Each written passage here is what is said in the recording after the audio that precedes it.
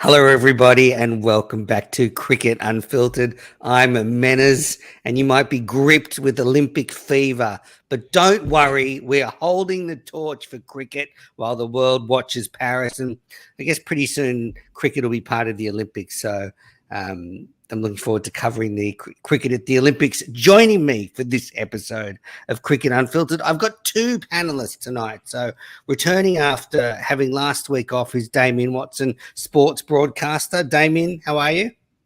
Yeah, good to be with you, Metters and Daniel. And yeah, I'm gripped with Olympic fever as well. The time zones have been very difficult, a bit like cricket sometimes, Metters. The time zones be difficult to counter, I reckon. Yeah, I know what you mean. And the other panelist is Daniel Beswick from, the Emerging Cricket Podcast. Daniel, welcome back after last week's show. How are you? Yeah, I mustn't have done too badly because you brought me back again, Menners, but glad to be with you boys. And yeah, once again, the Olympics is great. To think in 4 years' time we're going to have it in LA, it's kind of hard to sort of get my head around, but looking forward to that. And yeah, the time zones, like you kind of have to sort of, do you want to go late into the night or do you want an early night and get up for the finals in the morning? You can't really win either way. Being the night owl that I am, I'm up till 1:30 in the morning, and then I wake up and miss all the good things. I think all the gold medals that we've won in the swimming and making America look stupid. So shout out to USA not winning enough gold medals, and then moving the medal tally to make it look like they're the top because they've got the most medals. So they've got 11 silver and 11 bronze. Guys, can't top a medal tally with silver and bronze. Sorry. I'm glad you came back, Daniel. I was moving house last week, so I was a bit grumpy and. At one point, I think I told you just bloody answer a question. So it's good you came back after that. And so, everyone, we've got a huge episode of Cricket Unfiltered. I guess the thing that we've been teasing for a few weeks now, and I know Damien Watson is particularly excited about this, we had the domestic cricket schedule released since, I think just since our last podcast. So we'll be picking through the vagaries of the Shield and the other domestic fixtures, but also a lot of cricket going on overseas, various T20 tournaments, also some big news about an Australian coach that has been removed from his position. So there's lots of stuff to get into.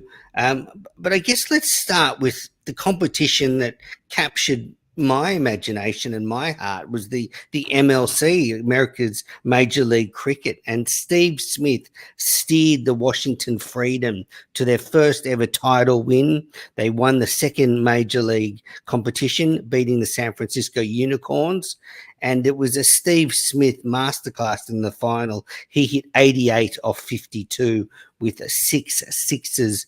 I guess I'll start with you, Damien. I mean, did you get into MLC? Well, it was a little bit hard for me with the time zones at times, but kept an eye on it, and I guess a variety of performances to take out of the entire competition amongst the Australian contingent, because Travis Head was sensational. He was named the tournament's most valuable player, so continuing on his pretty reasonable form, 5 half centuries for him. His strike rate was superb as well. Then you look probably at the other side of the coin, Pat Cummins, probably not his most wondrous tournament of all time. Nope. Tim Another David final, didn't though. have a tournament to remember either. Yeah, Jake Fraser-McGurk didn't necessarily continue his IPL form. So there's a mixture to take out of it, which has been interesting. What do we take out of it in regards to the competition in general that they were facing? That's the thing. It doesn't have that, as much as the money is involved, etc. It probably doesn't have the prestige that the IPL has yet, or a number of other tournaments. So that's the thing you got to take into consideration. It's catching, though. It's catching the other tournaments really quickly. And I was amazed at the level up from last year to this year. I mean, Daniel, I thought this was a terrifically executed competition. You can see they invested more money into this year. It was full of stars. I mean, Damien listed some of the Aussies, but there was players from all around the world there. I just thought it just was really slick and captured my imagination. Oh, yeah, I think it was something that we discussed last week, wasn't it? That I think the first season was definitely a proof of concept for a lot of players who were probably curious or interested in joining MLC for the second season. But I think everyone bought into the second season knowing that they had a successful product last year, and the framework of all of it was excellent. And it wasn't just, as we mentioned last week, it wasn't like a flash in the pan T20 competition that they've had in North America in times gone by. And I think as a player, there's a little bit of intrigue, but I think there's a pioneering aspect to it as well. I think, you can go and play in the Blast during a county season for half the money, and, for a tournament that goes probably twice as long, or you could go play MLC on wickets that are pretty conducive to some high scores and some good batting. And I think, there's probably some correlation between the Australian performers and what the pitches were like in the US. I think they really enjoyed the conditions that they played in as well. And then, on the flip side of that, you've got the 100 also going on in the UK. And a lot of these guys who struggle to either get a game, or it's just not something that they really want to be a part of just yet. So for them to go to MLC and play for a tournament that goes for half as long, get a nice little paycheck on the side, and just continue to build into their respective careers. And yeah, from an Australian point of view, we had such a big footprint on the competition. Washington had a big Australian field, not only with that New South Wales partnership, but also, the likes of punter coaching, the Travis Heads of the world also there. Ian Holland, who's there as a domestic player with his Australian US sort of heritage, is great as well. So yeah, there's a lot to like about the competition. And I think a lot of people involved in MLC and outside of MLC are a little bit envious about, not being a part of it. It's something that you watch on the TV, and the night games are great. It's a 10 o'clock start, 10:30 start in the morning, and we're just sat here in our offices watching cricket. It's it's brilliant to watch on, and yeah, great competition all around, I think. Yeah, absolutely. And this is a great reminder of Steve Smith's talents in T20 cricket, and what a sort of a moment for him. He loves the US. He has a flat in New York, and now he's captained a side that has won Major League Cricket. Just a bit of a wrap on the finals. So the top two teams were the Washington Freedom and the San Francisco Unicorns. They played in the qualifier. The Freedom won that game, which meant the Unicorns played the Texas Super Kings, who had previously knocked out the Mumbai Indians, New York. The Unicorns beat the Texas Super Kings, so they got a rematch with the Washington Freedom. And it looked like it was going to be a really close game after the two had won one game each leading into that game. But in the final, Washington Freedom made 5 for 207, Smith 88 off 52, Maxey 40 off 22, Cummins bowled well, 2 for 35.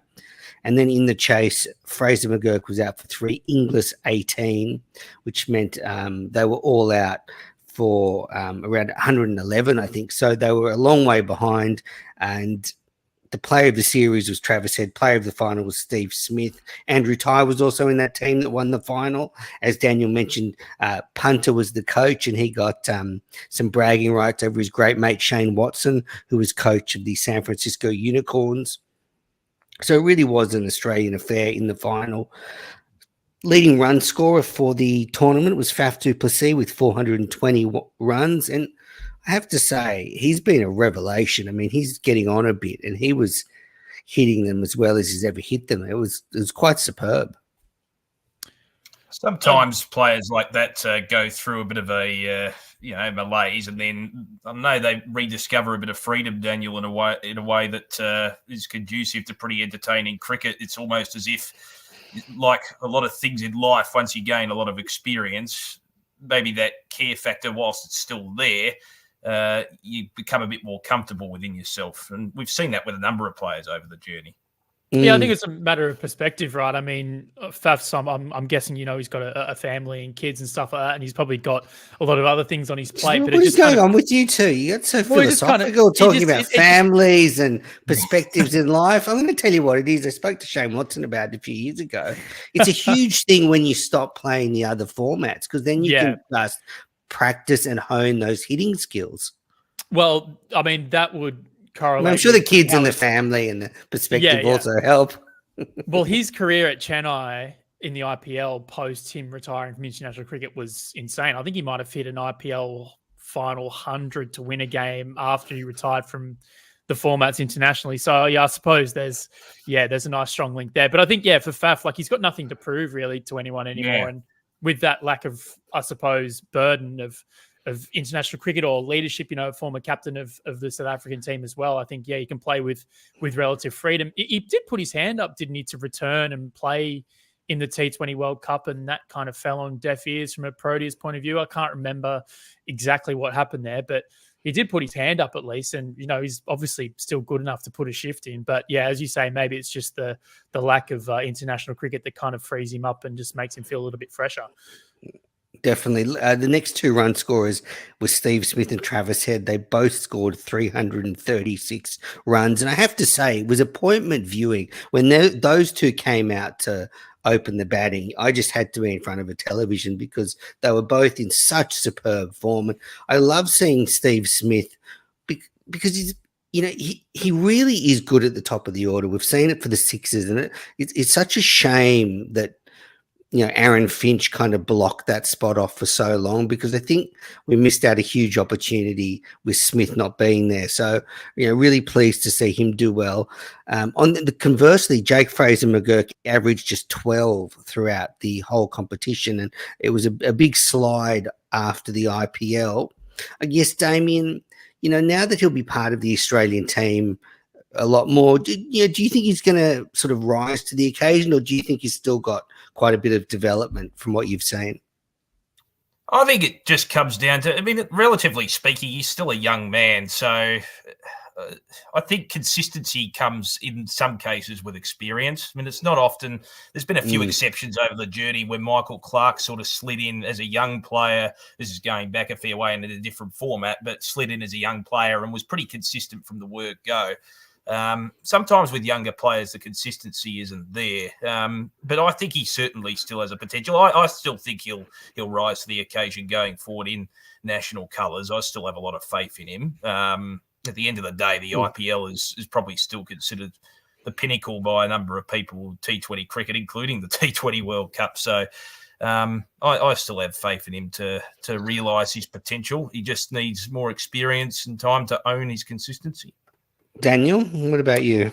Yeah, similar sentiment. I think the one thing I'd add is that he's obviously got the attacking tools. The strike rate he can go at is almost unseen. I think the one thing he's just probably got to learn, and it will come with experience, is just learning to bring it down a notch or two when he has to, just to kind of give himself. It's only got to be 3 or 6 balls before he gets himself into the game and working at that high strike rate. It's kind of similar sort of parallels to Warner in a way where, he bursts onto the scene as a limited overs specialist and a T20 specialist.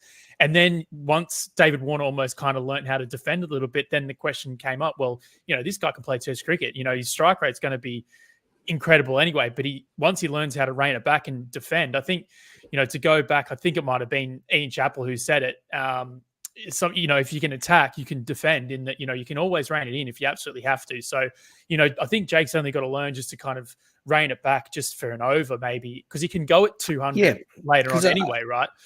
I think he needs he's got a 5th gear. He just needs a 4.5 gear. Ease back a little bit sometimes. So look, he had a tough tournament. Spencer Johnson had a great tournament for the LA Knight Riders. He took 9 wickets, economy 8.4. Mentioned Glenn Maxwell. He was very good for the Freedom, took 10 wickets, scored 150 runs, a really superb performance from him. And I did enjoy just seeing all the Aussies playing, and it really made me yearn for better for the Big Bash, because we should be seeing Cummins versus Smith in our bloody competition. And, I sort of think back to what Mark Taylor said many years ago, that if we really want a proper T20 competition, we have to make some sacrifices. And he suggested moving either the Boxing Day or the Sydney Test out of the way, so we had a real window for our T20 competition. And I have to say, seeing the MLC, I'm starting to think the same thing. Like, why isn't this our competition? If you've got Inglis and Maxwell, Maxwell was playing for the Freedom in the final, and Inglis, the Unicorns, and they're, chirping away at each other. That's the sort of drama we should be having here. Yeah, it's a difficult one, isn't it? Because you remove the Boxing Day Test from its traditional slot, the Sydney Test, even though it seems to be rained out all the time, you move that from its traditional slot. Well, that'd be the one to go. Yeah, I agree. I think you'd have to keep the Boxing Day. I think you'd have to keep the Boxing Day Test, but then that'd be it. So you've got basically from 30th of December to 30th January for our competition.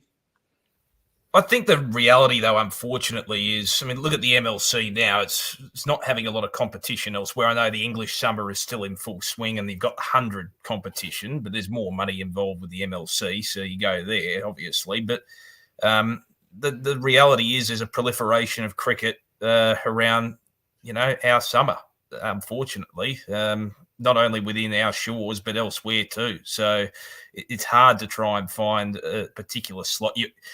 You're never going to find, I think, a happy medium, unfortunately. If you move it to Well, there's going to have to be pain somewhere. Yeah. Well, the thing is, you're going to have to probably bring it. You're going to have to probably bring it back closer to before the new year, right? Because you've got the PSL into late January and the SA20 now. I don't even care about that. It's because if we move the test, what I'm saying is have our best players available. Forget all the internationals. Have our best players there. Because if you've got that, then you've got a great competition and others will come. But you're right, Damien, there's pain somewhere because if you move the Sydney test, say you did that, you'd have to move it to before Christmas sometime, which traditionally is a stinker of a time in Sydney to get people to sport. You've got Christmas. I mean, Sydney, that's when we come alive. The harbours, people are doing Christmas parties and Christmas shopping and end of year with the kids. Yeah, if you put a test in mid-December, it would get paltry attendances. That's my fear, but I don't know. Anyway, look, that was just my sadness around the MLC, that they're getting our best cricketers in their competition, but we're not getting them in ours. Just to add, there's school holidays as well. You've got to take that into consideration. If you have the big bash right in the middle of school holidays, that's when you're going to have your attendances rise. If you have it before the school holidays or after, let's face it, look at situations in the past, they don't turn up. It's true. All right, continuing on the Aussies in the MLC, 2 players impressed me, and these are 2 players we are going to see a lot in Australian colours over the next few years, and they're going to dominate. Aaron Hardy looked $1 million. It's not like he had an amazing tournament. He scored 150 runs and took 4 wickets, but he looked to me a world-class player. He looked to me comparable to some of the best players in the tournament. And when you think about it, he's not even WA's best all-rounder. You probably got Cameron Green with that title. It's incredible. I just think he's got such a huge future, Aaron Hardy. And, the Australian team needs to really look at getting him in their squads, because otherwise he could be a franchise gun. He might just think, well, I can earn, a couple of $1 million a year playing T20 cricket. Is this going to be like a London Buses situation where for ages we looked to find a 2005 Andrew Flintoff and now we've got 2 at the same time? Like, this dude bowls rockets and he whacks them. If Cameron Green ever finds himself in a little bit of strife in terms of form, then he doesn't have to look very far to see who will be breathing down his neck. As you said, a WA teammate. And then, it gives the ball a whack. And got to say, if he's not in the conversation for, both limited overs World Cups coming up and a Champions Trophy early next year as well, then I'd be seriously having conversations with the selection panel if he's not at least in consideration. Another player to watch, Matt Short. Now, Short's been the player of the BBL for 2 years in a row. He played 5 matches in MLC, scored 170 runs, strike rate of almost 200. He's another player whose game has gone to the next level. He looks imperious at the crease. He looks dominating against some of the best T20 bowlers in the world. And he's really benefited from playing in these other competitions around the world to get that self-belief. And Damien, I know he's done great things for Victoria where you're from, but he's a player that I think we're going to see do really well for Australia at the top of the order in potentially all forms. I think you could see him come into the test side eventually, but certainly in both white ball forms. Yeah, and he never seems to deviate too much from his natural game either. I've watched him while commentating the Shield over the years. He seems to be very confident in the way that he goes about it at the crease. From all reports, he's one of those players who develops a good camaraderie as well with a lot of his teammates. So that always helps in that situation. So, yeah, I agree with you. I'd like to see more of him and more prominence and probably a bit more hype around him as well. And just going back to Aaron Hardy, I remember one thing that struck me. I remember watching him once playing for the Australian under-19 side about probably 7 years ago against a Pakistani under-19 side that had Shaheen Shah Afridi as their main attacking bowler. And his technique really impressed me, the way he hit through the ball even back then. Not only the strike, the power of the strike, but just the way he hit it effortlessly. And his general technique really stood out even back then. And, if he gets his fitness right, can be a great all-rounder as well. So, yeah, I think you make good points, salient points there. Well, thank you. And both of those have really dominated Shield finals where they've really taken their games to the next level. And I know the selectors look at those games as almost an extra test match. Aaron Hardy made a century in the Shield final 2 seasons ago now. And Matt Shaw, it was about 5 or 6 years ago, he made a Shield final, and that really announced himself on the domestic scene. And Andrew McDonald's put a lot of work into Matt Shaw. So you'll definitely see him in that Aussie team. Leading wicket takers in the MLC was Netravalka, the star for the USA in the T20 World Cup. He took 15 wickets. And Rachin Ravindra for the Washington Freedom took 12 wickets. And he was saying after the final of the MLC that he enjoyed playing with the Aussies instead of playing against them for a change. They were the leading wicket takers, and can't wait for the MLC next year to light up winter. It was really good stuff. All right, we're going to take our first break on Cricket Unfiltered, and then we'll be back to talk about some interesting moves in the 100. You're listening to the Cricket Unfiltered podcast. I'm Menas, and with Damien Watson and Daniel Beswick. We've just been talking about the MLC, and T20 cricket is staying in North America. The Canadian GT20 League has started, and this one made its name for itself when Steve Smith and David Warner went to play there when they were banned from playing after the ball tampering scandal. I saw a game today with Warner and Lynn. They were both captaining sides, and it's not quite the MLC. The conditions aren't quite the same. So the jury's still out on that one. Daniel, what do you know about this Canadian League? I will say that GS Holdings, a Bombay sports company who own the league, it sort of went into a sleeping pattern sort of just before COVID and just after COVID. I think they had 2018, 2019, and then 2023, 2024. So it's been a little bit of a resurgence, the tournament, and there's been a big sort of Aussie presence of that over the years, as you mentioned, with Smith and Warner going there. They've managed to pick out some of the guns of associate international cricket playing in that particular competition. We've seen the likes of Dipendra Singh Ari and Sandeep Lamachane of Nepal playing in that particular tournament. It was a shame that the Pakistan players didn't get their NOCs, so we saw a few sort of last minute replacements. I saw Usman Khawaja, I think, actually replace Babar Azam in one of the teams. Wow, Ben Menente's over there from South Australia. The Italian job, into Italy international, Ben Menente over there as well, which is good to see. It's sort of owned by this one sort of operation, and actually from an emerging cricket point of view, they also own the rights to that Euro T20 Slam that hasn't got off the ground just as yet. It's been sort of put off and kicked down the road year after year, and we're not too sure what's going on with that. So hopefully, if this becomes sort of a financially stable competition, they can bring the carnival atmosphere, I suppose, to Europe as well. It's kind of a merry-go-round T20 league, a little bit different to MLC, which seems like it's got a little bit more behind it and a little bit more structure. But money. You do get some good cricket there and more money. Yeah, Brampton, the CAA Centre it's just in the outskirts of Toronto. It needs a bit of TLC. The ground's not in the greatest of nick, but it's a good competition and good opportunity for a couple of guys to play some franchise cricket and get some more cricket under their belt. Really is the new frontier, though. I mean, we've just talked about the MLC. Now there's the competition in Canada. I mean, it is what we all predicted many years ago, that these T20 competitions would pop up all over the world, and they certainly are. Speaking of those, let's head across to the old enemy, England. So their 100 is kicked off again. And I do like the way they have the women's and men's double headers every day. I mean, could that ever come back, Damien, do you think, to Australia?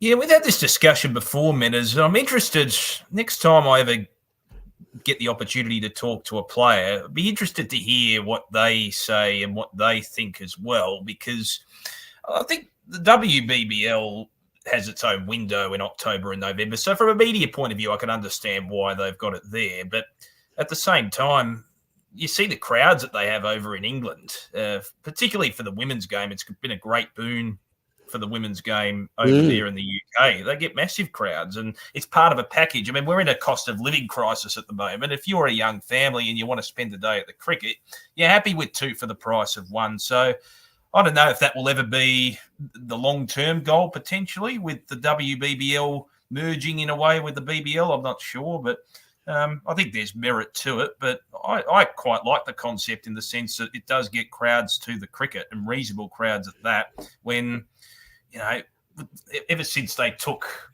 a fair chunk of cricket away from free-to-air TV in the UK, you could make the case that it's been floundering for about 10 to 15 years, and maybe this is a way of reaching a new audience with a few funky rule changes. What do you think, Daniel? I think that last point is probably the most important, you know, to have it on free-to-air TV in the UK. It's been in a dead spot, cricket on television in the UK. I found it astounding. You know, I was over there maybe 8 years ago now, and just the lack of coverage outside of, you know, if you didn't have a Skybox, it was all over for you. You know, you couldn't watch any of the cricket, and BBC Test Match Special went for about half an hour, and very hard to squeeze a whole day of Test cricket into half an hour of action. And if you pick up, Daniel, if you pick up a paper in the UK, you've got 10, 15 pages of football, and then you get to other sports. Yeah, and that's in the transfer season as well in English football, and, you know, in the middle of summer, which is, you know, probably of a little bit of concern. But yeah, the doubleheader one's a strange one. Following a lot of sort of people in women's cricket media, they're not a huge fan of it because they think, you know, a lot of people will just rock up maybe halfway through the first game and then see the second game. It's kind of it's there just to make it convenient for the organisers. I'm not too sure. And it'd be interesting to see, you know, again, if we were to go back to doubleheaders in BBL cricket, what the numbers would be like. Because I think, you know, back 5 or 6 years ago, you probably had to do it in BBL cricket. But I think now, as a standalone product, the WBBL has got its own little sort of share in the market and the media attention as well. But I think that's more from a television point of view. I think if you want to get people at the cricket, then it's a case of being a little bit smarter with it. You might have to kind of have a couple of double headers wedged in with the season, or make them overlap or something. Yeah, it seems like they get it right, because, I mean, that's the one thing that the Brits do get right. And let's face it, you know, they don't get too much right, but people do go to the cricket in the UK. They do go to the cricket in the UK. You know, granted, you know, the grounds are a little bit smaller in size, but you always get decent attendance at Test matches, even for a West Indies series that they just had on the men's side. So they get that part right, and it's an experience. It's a day out. But here in Australia, most of them go to drink. I mean, let's be honest. Like, well, I mean, 80%. That's what I was kind of getting at. You know, as Damien said, you know, we are in a cost of living crisis, and I'm not so sure how many people. I think, you know, in fairness, I think attendances in Australia for most cricket over the course of the year, and it doesn't matter if it's domestic cricket or international cricket, it's been pretty poor across the board due to a multitude of factors. So it might be something worth revisiting from an Australian point of view. So what I found interesting about the 100 is the ECB chief spoke recently, and that the 100 are going to be selling equity in the competition this September. Now, I'm not sure the model they're using, because you can either sell equity in the competition or you can sell equity in the franchises, but they're going to be going to market in September. And obviously this is to compete with competitions like the MLC and stuff, because unless they bring in private equity, you can't compete on a wage basis, and therefore you end up missing out on the best players. So the ECB are going to market, and I think this is really important because it could affect what Cricket Australia decides to do with the BBL. If this goes well and private equity comes into the 100, the BBL or Cricket Australia might be forced to go down this avenue, because as time goes on, they will just not be able to compete on an international level if private funds are coming into these other franchises. So what the 100 is doing could have a huge bearing on what we do. Any thoughts, gentlemen? You can fight over who takes this one. You first, Daniel. What I will say is you have to be really careful with this. We saw with SA20 and their privatization of that league and basically selling everything off to private investors has basically made them rent seekers of their own product, which is domestic cricket in South Africa. They're at the mercy of whatever the financial situation of many of the IPL franchises are at that point in time. You can make a similar argument for parts of MLC as well. So you have to be really careful about this. I mean, in a perfect world, ECB, to think that the smaller two of the big three are considering something like this is an indictment of what finances in cricket have become. If the BBL looked to doing this in the near future, I would be very, very careful as to how they did it. And you'd have to wonder, in 10 years' time down the line, what's that going to mean for cricket in general? The big three has already turned into the big one. If we're willing to sell, our product to foreign investors, no matter who it is or where it comes from, I think it is potentially really dangerous for us and our sustainability as it does for the ECB. Yeah, it comes into the details of how these things fall, but I see what you're saying. What do you think, Damien? Do you think the BBL needs private investment? Well, I'm thinking of making a comparison here to the old VFL, which became the AFL, where, private investment's not a thing anymore, but it was sort of a necessary evil back in the 1980s when most of the clubs were going broke, and you had the Sydney Swans and the Brisbane Bears, as they were known then, came under private ownership. Jeffrey Edelston with the Swans, and Christopher Skase, remember him? God. Brisbane What a Bears. name. But it's funny, as much as those things didn't work, it was sort of needed to keep the competition going to try and make it national. And you speak to Ross. This will be resonating with the Victorians. They'll be loving this. Yes, my apologies to our listeners north of the Murray River. But basically, it was important. The point is, weird if his connection just goes off. It's so weird. That's a bandwidth down there. It was important for the expansion of the competition in the AFL, which is something they got right and the NRL maybe didn't get right initially, Menas. But anyway, there's my bias showing. But I guess, do we have the appetite? Do foreign investors have the appetite to invest in the BBL? Well, but the thing is, practically, then, we look at the situations like I was mentioning with the MLC. We then have a lot of money to go to a Pat Cummins or a Travis Head or a Steve Smith. Yeah. Stay here, play for the Thunder. We'll pay you a fortune. Do we need to go through due diligence with who gets involved? Because we've seen in the past, if a person or a group of people or an organisation has money initially, they may not have money 2 or 3 years down the track. Things can change very quickly, and then the whole fabric of the competition falls on its face if we were to go through a financial crisis, for instance. I know that's thinking in the worst case, but it's something to consider if you want to go down that path. Well, I guess we can see what happens with the 100, and it's a good sort of test case. Now, staying in the UK, an Australian coach has been victimised by the English cricket after our team was victimised after the Lord's fiasco last year. Matthew Mott has been forced, that's my understanding, to step down as England white ball coach. He won a World Cup with England, the T20 World Cup in Australia in 2022. He had 2 disappointing campaigns since then, but really not that disappointing. In the last T20 World Cup, they made the semi-final, so it actually wasn't a failure. I don't think making the semi-finals is.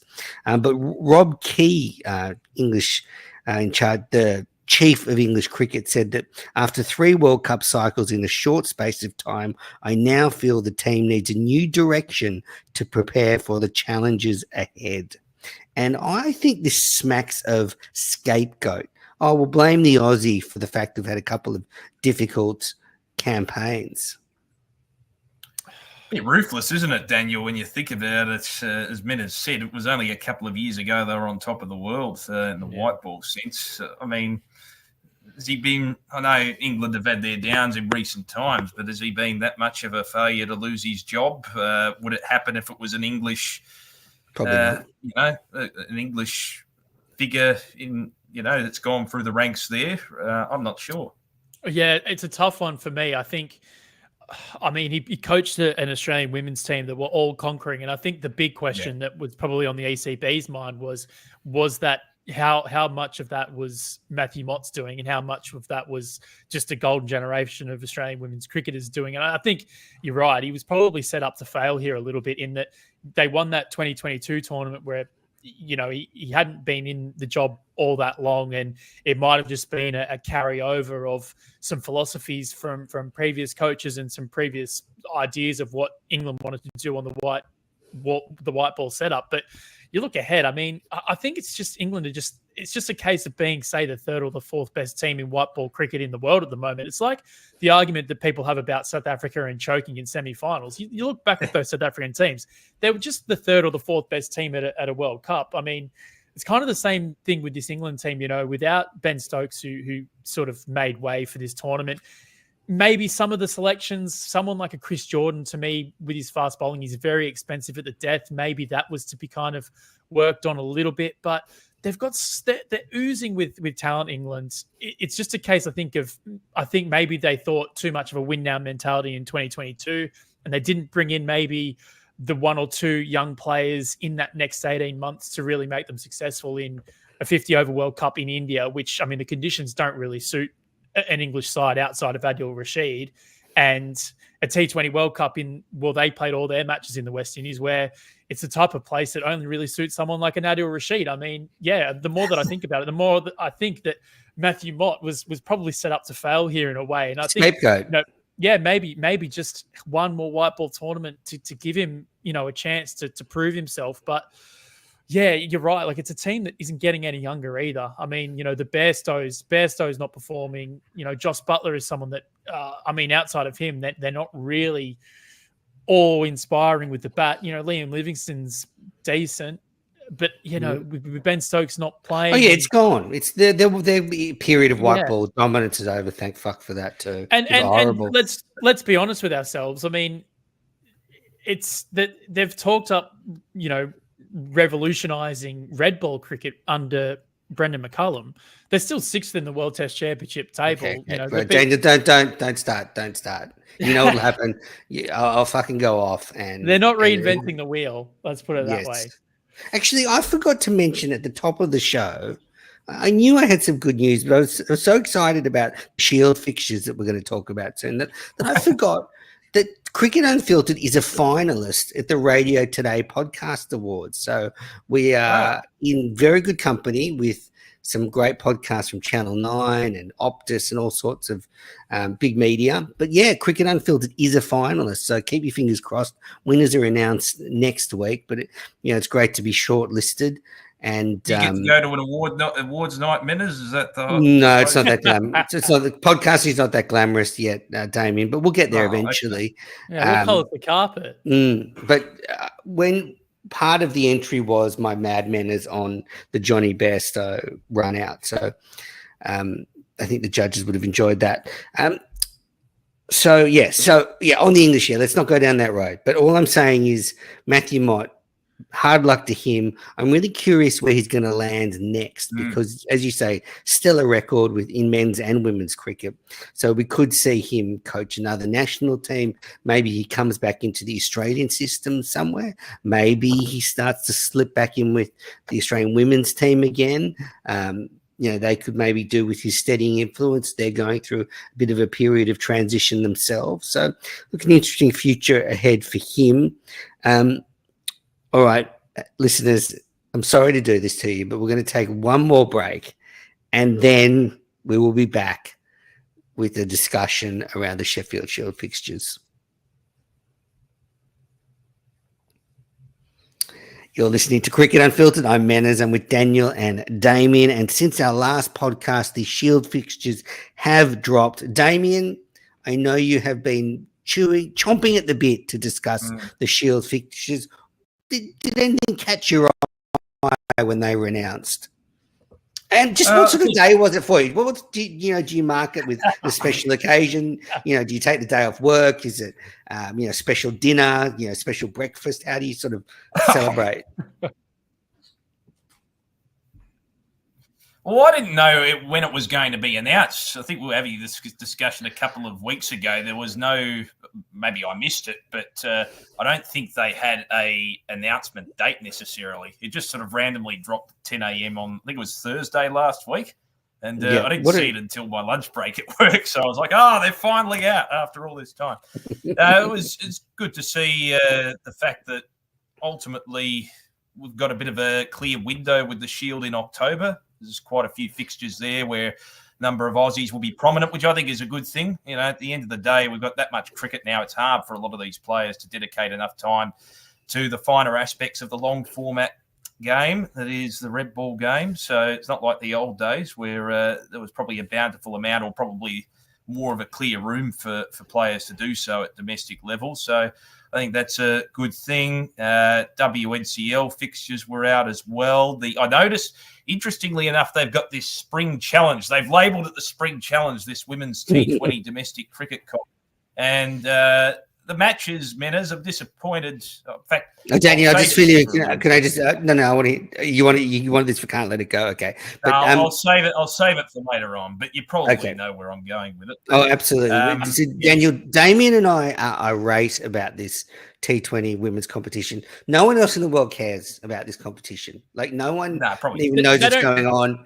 They don't need to care about it, though. I think it's purely for the development of our players and our players only. I think it's fine for us to kind of bury it underneath. But I just don't think Damien and I could call ourselves proper journalists if we let them get away with this scandal. I mean, Cricket New South Wales and Cricket Victoria have hamstrung this second WBBL, and now we've got the Spring Challenge. We should be getting a proper state-based competition.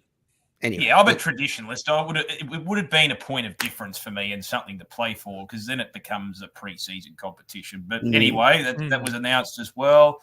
So I guess on the Shield stuff. So there's about 4 rounds where we might get some test players playing ahead of the Indian Test series. So there's a 5 test series, but I would preach caution with getting too excited about coming down to a Shield match and seeing an international player because there is also some white ball cricket.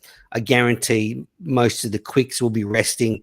For example, Nathan Lyon last season only played home Shield games when he was available for the first half of the season to preserve his fitness for the second half of the season. Usman Khawaja just missed games, so it'd be fresh for later in the summer. So I think we'll see smatterings of players, but I don't think it'll be a lot. Like I think you might see Smith, if we're lucky, play a game to tune up. But I find it hard to believe he'll play like 3 or 4 games in a row, as much as I'd love that.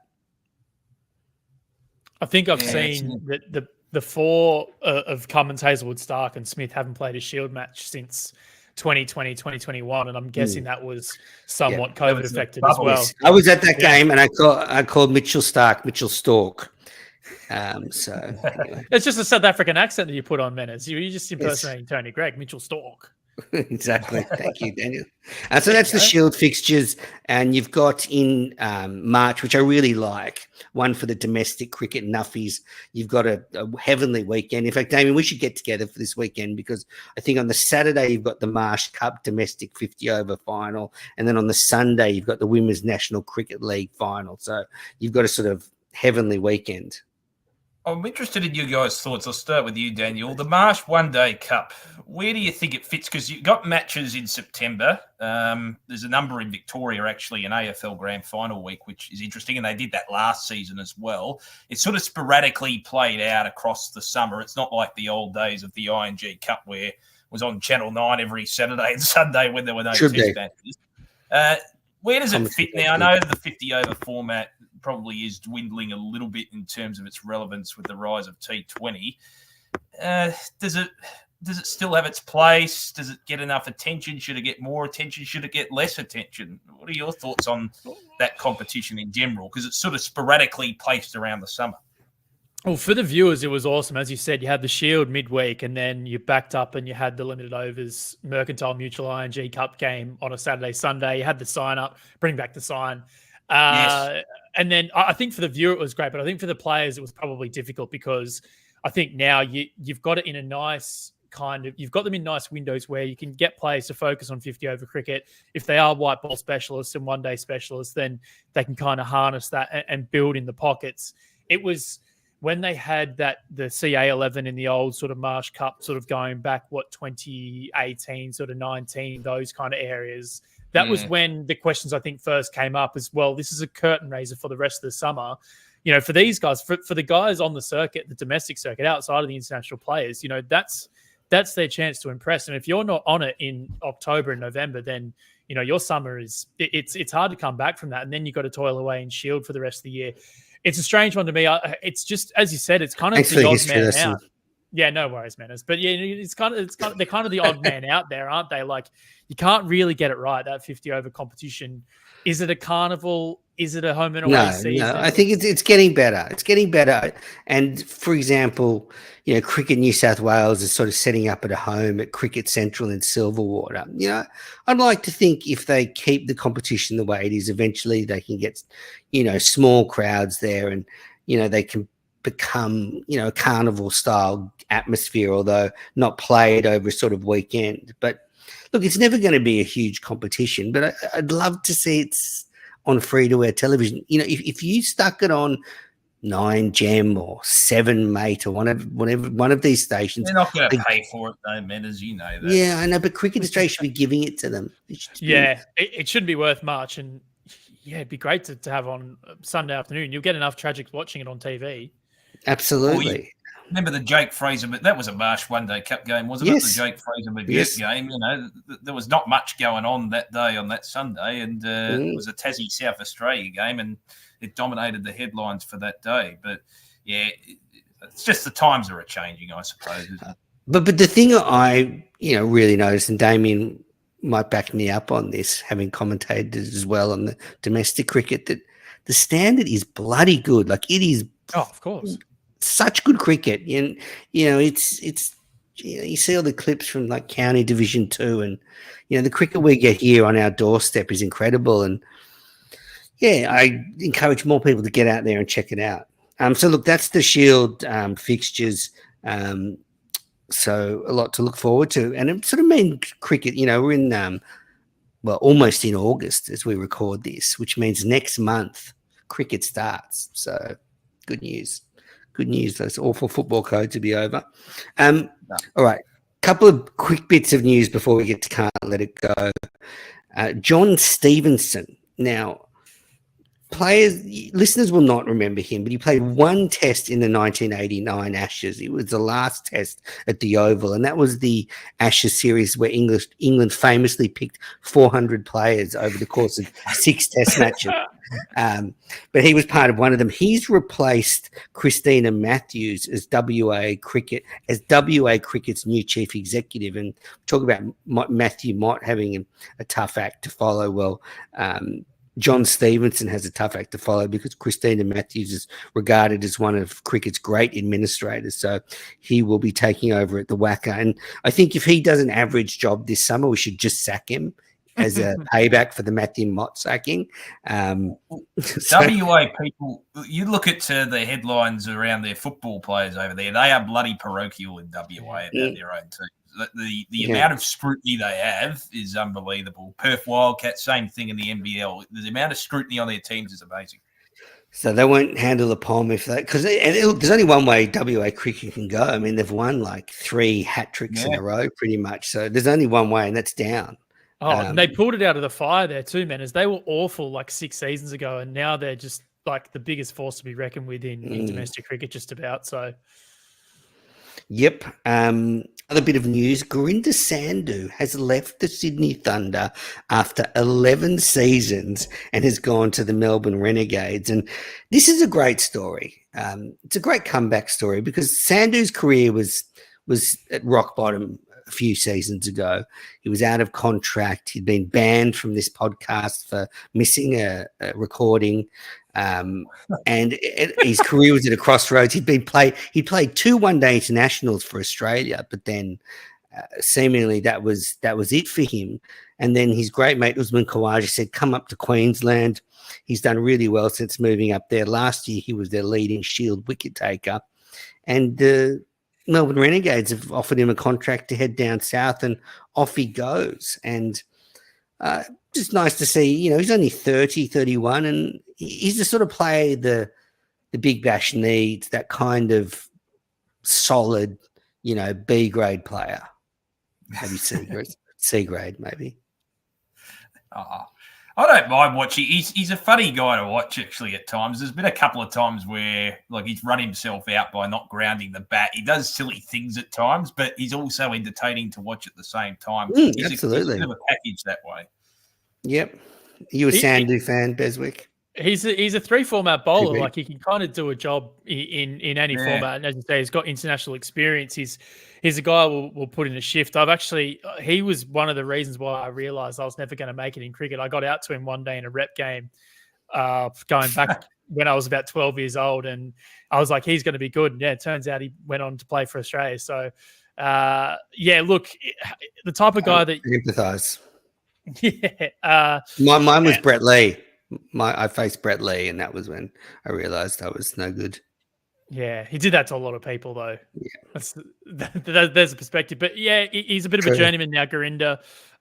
He's kind of struggled to sort of fit into one spot. As I said, he's kind of not bad at all 3 formats, but not particularly incredible at one of them. But at this level, he'll definitely do a great job for the Gade. So yeah, good luck to him for the next stage of his career, I guess. So he joins Nathan Lyon down at the Renegades. All right, that is it for all the cricket news. Now it's the segment we love to end the show with. Can't let it go. That little bit of cricket news you just can't let go through to the wicket keeper. Damien, as you had last week off, you can open the batting this week. What's your can't let it go? Yeah, just a couple of small ones relating to the women's game. I mentioned the Spring Challenge before. So they've got games in Adelaide and Sydney. They basically centred it on those two. So as a proud Melburnian, I'm a bit disappointed there were no games fixtured. Where are they playing in Sydney? I didn't even look. I think it's going to be... Because I'm so irate. Because I'm going to be there I'm just going to be there asking the tough questions. They've sort of crammed it into 1 and a bit weeks, I think. It's sort of like a carnival type atmosphere, but just ran them out at Sydney and Adelaide. They're not that close together either, to be honest. But the Sydney fixtures, I think, from memory, North Sydney Oval and Cricket Central. I think they're going to combine those two venues.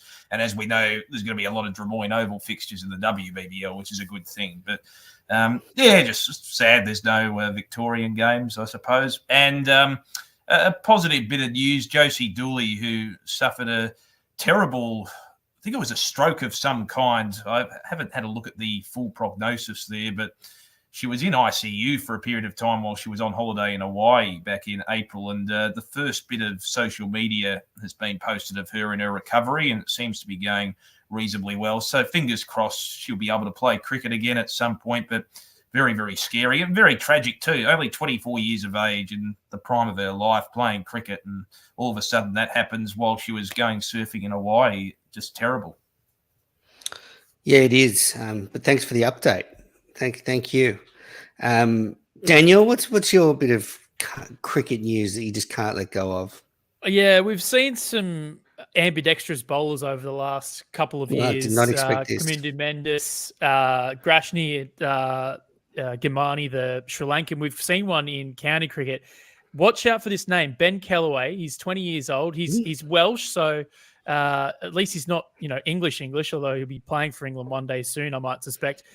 Bowls right arm off spin and left arm orthodox. Took wickets with both hands in a few recent List A games, some one-day cup games for Glamorgan, bowling all-rounder.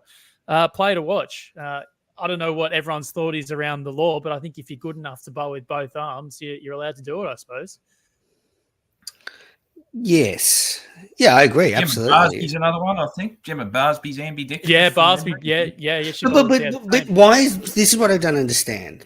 I knew there was something. So why is it then that a bowler has to tell the batter which arm he's going to bowl with, whereas a batter can do the switch hit and turn from a left to a right hander whenever they want, and they don't have to tell the bowler? So I think it needs to be squared away that the bowlers shouldn't have to tell.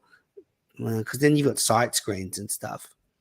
Yeah, release points for around the wicket with your left arm versus over the wicket with your right arm. Yeah, that would be tricky. You're not going to get sight screens like the wide ones at the SCG everywhere, are you? I guess. Anyway, that's my quandary about it. Maybe, and I don't want switch hitting to be outlawed. Again, if you're good enough to do it with both hands, then you shouldn't be outlawed. No. All right. Well, my can't let it go. Staying in England, we had the Test series. Yeah, I don't know why, but I want to shit on Ben Stokes. I don't really. I'm actually shit scared of Ben Stokes at the moment. I think he's going to come to Australia next summer with a fucking mission in front of him. But England completed their series against the West Indies 3-0, which kind of puts in perspective our 1-1 series at home against the West Indies, where they won that famous Test match. England completely dominated the West Indies. And in the final game, Stokes beat an old record from England. He scored the quickest Test half century by a Pom. He hit his 50 off just 24 deliveries. He opened the batting because Zach Crawley had a broken finger, and he beat Ian Botham's 28-ball half century by 4 deliveries. So he has the fastest Test half century, and England were 50 after just 4.2 overs, which equaled their record against Australia in last summer. So England, I've got to say, looking good, and a Botham record falls to Ben Stokes. One great all-rounder knocks off another one.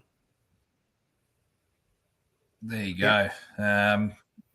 Look, it's funny, isn't it? Because when you look at English cricketing history as well, that ever since Ian Botham retired, for a long time, there was this great hunt for an all-rounder in England, wasn't there? Where was the next all-rounder going to come from? They struggled for a long period of time. So, yeah, it's good to see. I think it was quite good. Botham's been commentating. Botham has a lot of wine-making interest down in Australia, which means he comes all the time. Yeah, so he's here every summer and he commentates for Triple M Radio. So I see him all the time and sort of had lunch, and he's still got an aura about him. Like, he comes across as a bit of a grumpy so-and-so, but, he is still Ian Botham. And, he carries that presence with him, even though he's, pretty unassuming, just likes to, have a glass of wine and a chat. But anyway. Just don't put him and Chappelli in the same room. I don't know. Let's put them in the same room. I'd love that again. Wouldn't last long. No. All right. Well, let's wrap this Cricket Unfiltered up. It's getting late here. Damien, where can the listeners connect with you? And they can do it via Twitter if they like, at Damo_Watson. I should mention, at the time of recording, Menners, Great Britain have moved ahead of Australia on the Olympic medal tally. But we've got some events in the pool coming up, so hopefully we retake the mantle on top of them, at least for a couple of days. Gee, talk about a downer to end the show. Yeah. We're still ahead of the USA, though, for the moment. Still ahead of the Tepos, yeah. What about you, Daniel? Where can the listeners get in touch with you? DG Beswick1 at Twitter and Instagram as well.